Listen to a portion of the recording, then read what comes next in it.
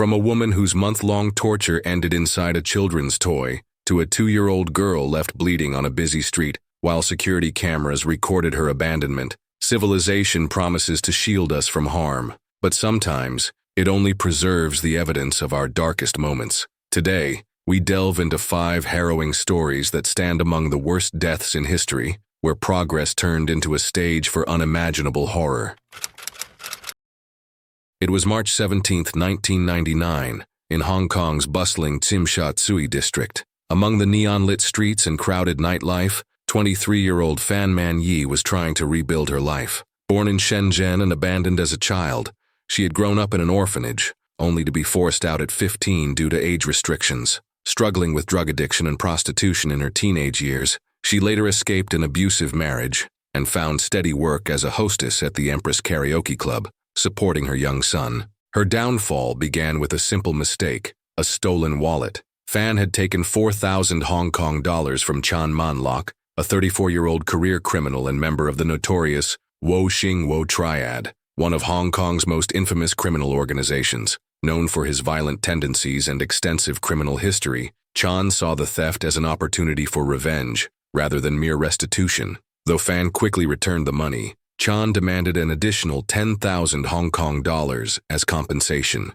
When she couldn't pay, he decided to make an example of her. That night, Chan and his associates, Leung Wai Lun, 21, Leung Xingqiu, 26, and a 14-year-old girl known as Ah Fong, abducted Fan and took her to a third-floor apartment at 31 Granville Road. What was meant to be a forced prostitution scheme to repay the debt soon spiraled into something far worse. Trapped inside the apartment, Fan became the target of systematic torture. The men beat her with metal rods, burned her skin with melted plastic, and rubbed spices into her wounds. They forced her to smile during the abuse, punishing her further if she refused. Even Ah Fong, despite her young age, joined in, later admitting she did so purely for amusement. The torture continued for over a month. Between April 14th and 16th, Fan finally succumbed to her injuries. Whether she died from the relentless abuse or a drug overdose remains unclear. What followed was even more grotesque. The group dismembered her body in the apartment's bathroom, boiling the remains in an attempt to slow decomposition. They stuffed her body parts into garbage bags and discarded them across the city. Sham Shui Po, Wan Chai, and Tai Kok Tsui. In a final act of horror, they placed her skull inside a Hello Kitty mermaid doll. For weeks, the crime remained hidden. Then, on May 24, 1999, guilt and fear drove Ah Fong to the police. She claimed Fan's ghost haunted her, whispering in the dark. Investigators followed her to the apartment where they uncovered the gruesome truth. Inside, they found the Hello Kitty doll containing Fan's skull, along with other traces of her remains. Only a skull, one tooth, and a few internal organs were ever recovered. The trial concluded on December 7, 2000. The jury, unable to determine the exact cause of death, convicted the 3 men of manslaughter instead of murder in a 6-3 decision. Justice Peter Nguyen sentenced them to life imprisonment, calling the case one of unprecedented brutality. Chan Man Lok and Leung Wai Lun remained in Stanley Prison, but Leung Xingqiu successfully appealed and was released in 2014 after serving 18 years. The apartment stood for over a decade, its walls steeped in infamy. In September 2012, it was finally demolished and replaced by the Soravit Hotel. Yet the echoes of the crime persisted. In 2022, Leung Xingqiu was arrested again, this time for sexually assaulting a child, a grim reminder that the capacity for violence does not always fade with time.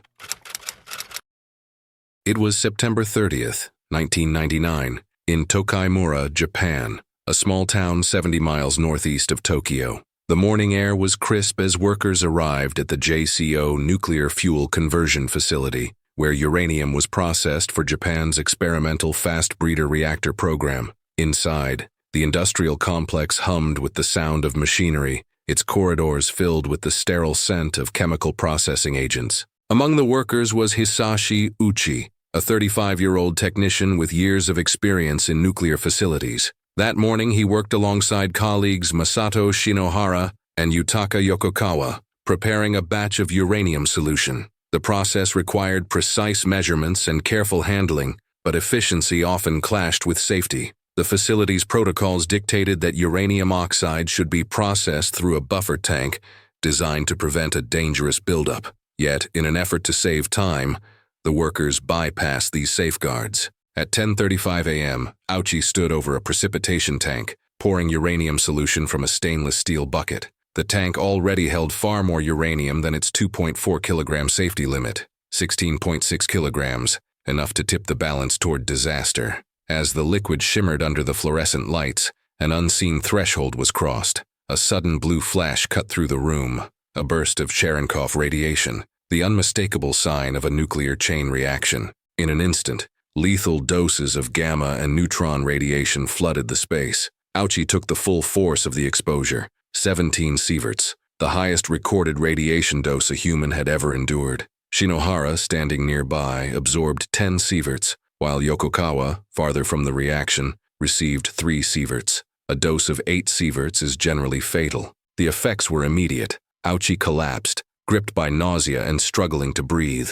He and his colleagues were rushed to the National Institute of Radiological Sciences, where doctors quickly realized the gravity of the situation. The radiation had obliterated Auchi's chromosomes, rendering them unrecognizable under a microscope. His immune system had been wiped out, his white blood cell count plunging to near zero. As his condition deteriorated, he was transferred to the University of Tokyo Hospital. What followed was an 83-day ordeal that tested the limits of medical intervention. His skin disintegrated, exposing raw muscle beneath. Daily skin grafts failed to adhere. His body lost the ability to produce blood cells, necessitating constant transfusions. Even Japan's first peripheral blood stem cell transplant from his sister offered no improvement. Doctors fought to keep him alive even as his body showed signs of systemic collapse. When his heart stopped, medical staff revived him at his family's request, despite the growing ethical concerns. Auchi reportedly pleaded for the suffering to end,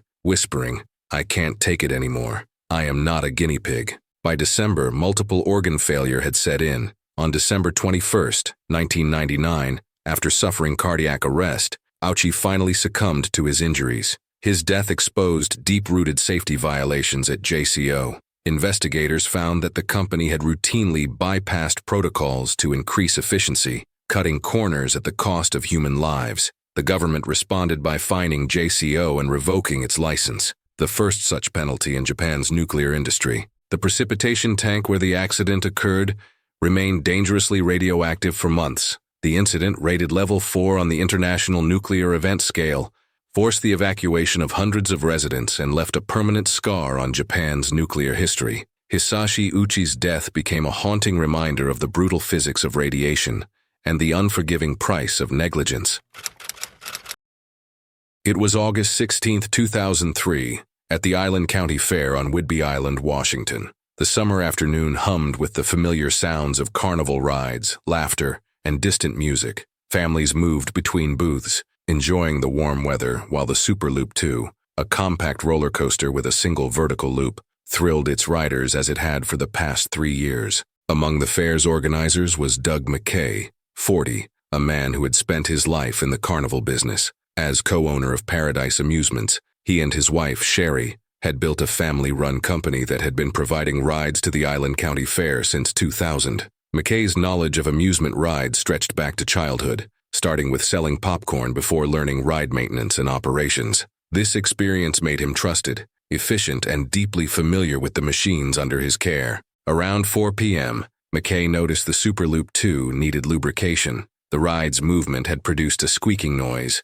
Routine maintenance, nothing unusual. Although standard safety procedures required that rides be stopped before any servicing, McKay made a split-second decision to apply lubricant while the coaster was still running, aiming to fix the issue without delaying the fairgoers' experience. The maintenance platform provided no barriers, no guardrails, nothing to separate him from the powerful machinery. As McKay reached out, the front car of the ride struck his arm, yanking him into the mechanism. In an instant, he was lifted as high as 40 feet, his body colliding repeatedly with the steel structure as the ride continued its cycle. Passengers, including children, could do nothing but watch in horror. Trapped in their seats, they screamed as McKay's body was dragged through the loop before being violently thrown free. He struck a metal fence below with devastating force. Emergency services rushed to the scene, but it was too late. McKay was pronounced dead upon impact. The ride ground to a halt, its once thrilling screams replaced by stunned silence. Parents hurried to collect their children, many of whom were blood-splattered and in shock. One father, Rob Voles, quickly took his 12-year-old son Dylan home, while other families lingered in disbelief. Within an hour, the fair resumed operations, but the Superloop 2 remained cordoned off, a grim reminder of what had just occurred. In the following days, authorities scrambled to address the aftermath. The fair converted a building into a crisis counseling center, with 18 people seeking help to process the trauma. Meanwhile, Harvey Bell, a safety compliance officer from the State Department of Labor and Industries, arrived to investigate. But there was a legal catch. Because McKay was an owner rather than an employee, state regulations did not apply. No formal investigation would take place. The next day, the fair reopened, with every ride except the Superloop 2 back in operation. Visitors placed flowers around the silent machine, creating an impromptu memorial. Marilyn Gabeline, chairwoman of the Island County Fair Board, later confirmed that despite the tragedy, they would honor their contract with Paradise Amusements, which was set to expire in 2005. On August 26, 2003, McKay was laid to rest at Calvary Chapel Lake City in Coeur d'Alene, Idaho. He left behind his wife, Sherry, and their 3 children, Travis, Michelle, and Kelsey. Determined to uphold her husband's legacy, Sherry continued running Paradise Amusements, but the Superloop 2 never operated again. McKay's death highlighted a dangerous gap in carnival safety oversight. While regulations protected employees, owner-operators like him fell into a legal blind spot. His experience, spanning a lifetime in the industry, had not been enough to protect him from the relentless risks of moving machinery and human error. It was November 5, 1983, aboard the Byford Dolphin oil rig in the North Sea off Norway. The massive semi-submersible platform stood above the dark waters, battered by icy winds and stinging rain. Below, deep-sea divers carried out dangerous work, relying on a high-pressure system to survive in depths of up to 1,000 feet. Inside the rig's diving chamber complex, 4 divers were living under immense pressure, 9 atmospheres, about 130 pounds per square inch. This system allowed them to stay pressurized for weeks at a time, eliminating the need for long decompression stops after every dive. The setup included 2 chambers, a diving bell, and a connecting trunk system that kept everything sealed. At 4 a.m., dive tenders William Cramond and Martin Saunders were finishing their shift. Their job was to safely disconnect a diving bell that had just returned 2 men from the ocean floor. In one chamber, Edwin Arthur Coward, 35, and Roy Lucas, 38, were resting. In the other, Bjorn Giver Bergersen, 29, and Truls Hellevik, 34, had just completed their dive. Everything depended on following the proper steps to equalize pressure before disconnecting the bell. The procedure was simple but critical. First, the chamber door had to be sealed. Then, the trunk pressure had to be adjusted. Only after that could the clamp securing the diving bell be released. But in the dim morning light, something went horribly wrong. Cramond, possibly confused by noise or poor visibility, released the clamp too soon, before the chamber door was fully closed. In an instant, disaster struck. The pressure inside the chamber plummeted from 9 atmospheres to 1 in less than a second. The force was so powerful that it launched the diving bell away, striking Cramond with deadly force. Inside the chamber, the rapid decompression had even more horrifying consequences. The nitrogen in the diver's blood turned into gas, expanding violently and rupturing their internal organs. Coward, Lucas, and Bergersen died instantly. Hellevik, who had been near the opening, suffered the worst fate. The sudden pressure difference pulled his entire body through the partially closed 24-inch hatch, killing him instantly. The aftermath was gruesome. Investigators found parts of Hellevik's body scattered across the deck. His organs had been expelled intact, while his bones had been shattered. Saunders, though severely injured by the flying diving bell, was the only survivor. Investigators later found that the Byford Dolphin lacked key safety features, fail-safes that could have prevented the accident. The Norwegian Petroleum Directorate had even allowed the rig to continue operating without them, despite requiring other facilities to install similar protections. For 26 years, the victims' families fought for justice. In 2009, after decades of legal battles, the Norwegian government finally admitted responsibility and awarded compensation. The Byford Dolphin remained in service until 2019, when it was finally scrapped. The accident led to significant changes in diving safety, including pressure sensors and automatic safety locks to prevent premature clamp releases. But for those who witnessed the disaster, the memory of that morning, a sudden rush of air, the deafening blast, and the unimaginable destruction served as a lasting reminder of the dangers of deep-sea diving and the deadly cost of human error. It was October 13, 2011, in Foshan, Guangdong Province, China. The narrow market street in the Huangqi district bustled with afternoon activity. Vendors called out to customers, bicycles weaved through the crowd, and scooters rattled over uneven pavement. Amid the movement, 2-year-old Wang Yue, known affectionately as Yue, wandered away from her home. Her mother, a migrant worker from Shandong Province, was collecting laundry during a thunderstorm when the toddler slipped away unnoticed. At 5:30 p.m., surveillance cameras captured Yue stepping into the street. She moved uncertainly between parked vehicles and market stalls, her small frame barely visible among the traffic. A white van approached at moderate speed, its headlights cutting through the dim afternoon light. The impact was sudden. The van's front wheel struck Yue, knocking her to the ground. The driver, Hu Jun, hesitated for a moment, then continued forward, the rear wheel rolling over her body. He drove away without stopping. Yue lay motionless on the asphalt, critically injured but still alive. What followed would shock the world. Over the next 7 minutes, at least 18 people passed by. Some glanced down, others swerved around her, but none stopped. The surveillance footage recorded each figure, pausing, hesitating, then walking on. At 5:37 p.m., a second vehicle approached. A larger truck, moving at steady speed, rolled over Yue again, its wheels pressing into her fragile body. Like the first driver, this one did not stop. Still, people passed by. A man on a scooter maneuvered around her. A woman looked down and quickened her pace. A mother pulled her child closer as they walked past. At 5:44 p.m., Chen Xianmei, a 58-year-old street cleaner, entered the frame. Unlike the others, she stopped. The footage showed her bending down, checking Yue, then looking around frantically for help. She called out but received no response. Struggling to lift the child on her own, she finally managed to move her to the side of the road. Yue's mother, having realized her daughter was missing, had begun searching the neighborhood. She found Yue with Chen, who remained by the child's side. Emergency services arrived and rushed Yue to Guangzhou Military District General Hospital. Doctors discovered severe internal injuries and brain damage. The surveillance footage, released by local media, spread rapidly across Chinese social platforms. On Sina Weibo, China's largest social network, more than 4.5 million posts discussed the case within days. The images of a busy street where life carried on as a child lay dying exposed an uncomfortable truth about modern China. Many linked the bystanders' inaction to a 2006 legal case in Nanjing, where a man named Peng Yu was sued after helping an elderly woman who had fallen. A court ruled that he must have been responsible for her fall. Why else would he have helped? The verdict created a chilling effect, discouraging people from assisting strangers in distress. Wang Yang, Communist Party chief of Guangdong Province, called the incident a wake-up call for everybody.